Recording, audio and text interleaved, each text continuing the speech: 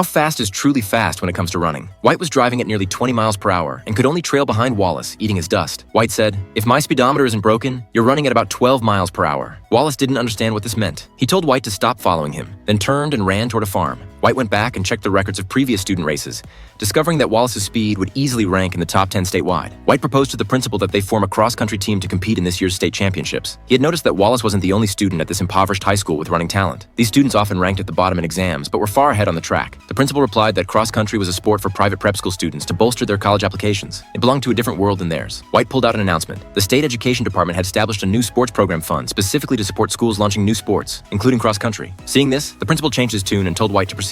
Though he'd won over the principal, no students wanted to join. They didn't recognize this as an opportunity to change their futures. It just seemed like a waste of time. But White had his methods. These students often had habits of petty theft and fighting. He would appear precisely when they got caught, helping them avoid punishment on one condition: joining the cross-country team. When he saw Wallace fighting a classmate who had insulted his sister, White excitedly said, "Here comes our star runner." With the principal's assistance, Wallace reluctantly joined. White finally gathered 7 people, the minimum number needed to compete in cross-country races. Before training even began, the team members complained, "How can we have a fat kid on a cross-country team? Won't he just slow us down?" White insisted that the heavyset boy was their cornerstone. From then on, the small town witnessed an unusual sight: a white teacher leading a group of troublemaker students running through the streets under the blazing sun. White would always fall behind halfway through. An unfamiliar store owner would hand him a soda, the respect evident without words. Even without supervision, these kids would complete the full course. Due to copyright issues, this is all that can be shown. Those interested can watch the original film called McFarland USA.